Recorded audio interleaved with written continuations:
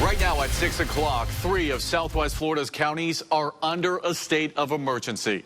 Thanks for counting on NBC2 News Today. Good morning, everyone. I'm Alan Campbell. And I'm Lisa Spooner. Florida Governor Ron DeSantis declared a state of emergency for 41 counties, including Collier, Lee, and Charlotte. Now is the time to get prepared. This morning, NBC2's team of meteorologists and reporters are making sure you're ready for the weather impacts we are expected to feel. NBC2 First Alert meteorologist Jason Dunning has a timeline of those impacts. Jason, good morning. Good morning. A lot to go through, a lot of new information from the National Hurricane Center with this 5 o'clock update. So if you're just waking up, there's the new advisory. You'll notice it is not a tropical depression, not a tropical storm. So you might be thinking, okay, is this actually going to be able to organize as we expect it to? And all indications are that yes, we expect this to become a tropical storm as early as today. Helene would be the next name on the list. And then it looks very likely we're going to see this rapidly intensify as it moves up into the eastern Gulf of Mexico. And there's the latest forecast cone from the National Hurricane Center. We expect this by Tuesday, or rather Thursday afternoon, at 2 p.m. to be a major hurricane. That's a Category 3 storm with winds at 115 miles per hour.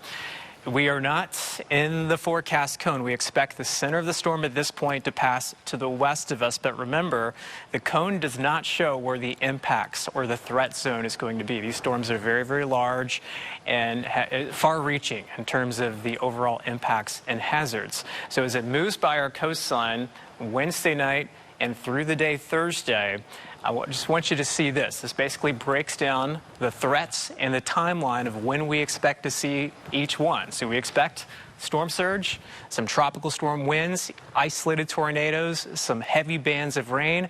The rain bands will start to move into southwest Florida by Wednesday afternoon and Wednesday night, continuing even into the day Friday. What about the storm surge? You can see the timeline Thursday morning into Thursday afternoon. We're expecting 3 to 5 feet of storm surge for Lee and Charlotte County, 2 to 4 feet for Collier County. And then right around that same time, the winds will start to pick up too. So that's Thursday morning into Thursday afternoon. Sustained winds between 20 and 30 miles per hour, and some gusts even up closer to 50 to 60. I think those higher gusts will be closer to the coast.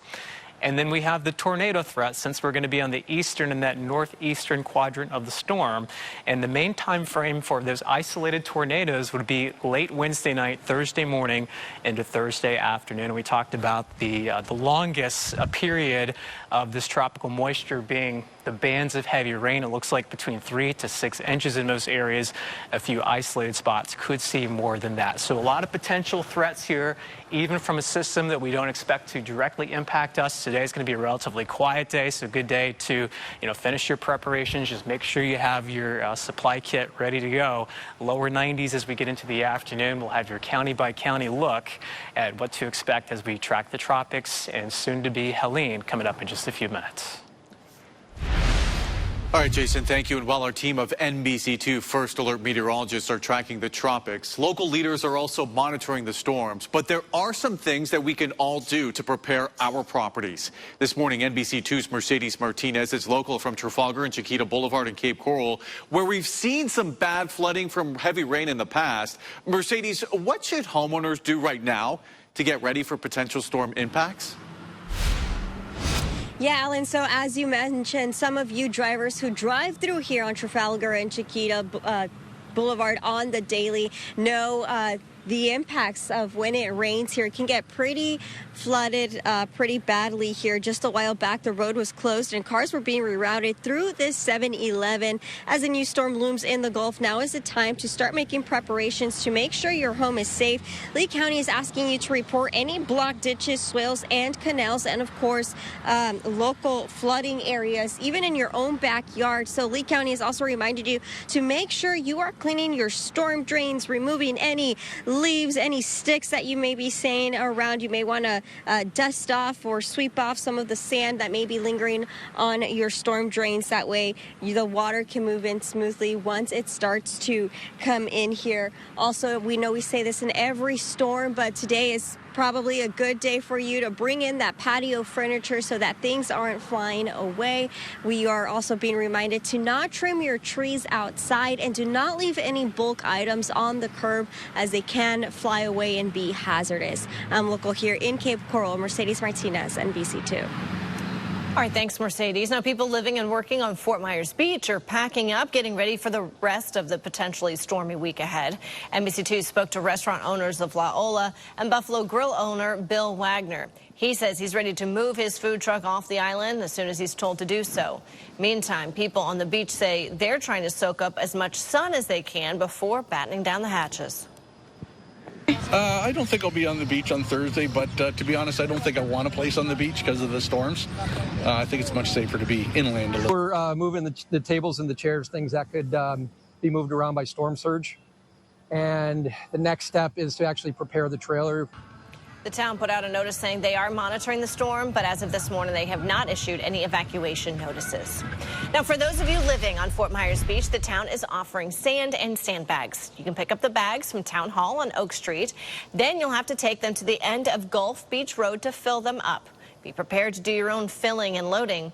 The sandbags are available starting at 8:30 this morning. Also, remember, if you live in counties currently under the state of emergency, state law allows you to get early prescription refills. Health insurers, care organizations, and other state licensed medication coverage has to waive the time restrictions so you can pick up early to make sure you have it in case of an emergency. The Division of Emergency Management says you should have 2 weeks worth of medication in your disaster supply kit. And also, while the storm is still developing, now is the best time to make sure your home is prepared. If you don't have one already, you need to create a game plan. First and foremost, you have to create a disaster supply kit. That includes medications. You also need food and water, enough for 2 weeks for everyone in your family, including pets. And you may need more medications for children or elderly family members. Your disaster supply kit should also include important documents like insurance cards, social security cards, banking info, birth certificates. And you need to know which evacuation zone you're in and make a plan to get out of town so that if and when it's time to go, there's no hesitation. You don't just need to make sure that your disaster preparedness kit is up to par, but keeping your gas tank at least half full is so important because you never want to let it get too low during hurricane season, especially if we see storm impacts.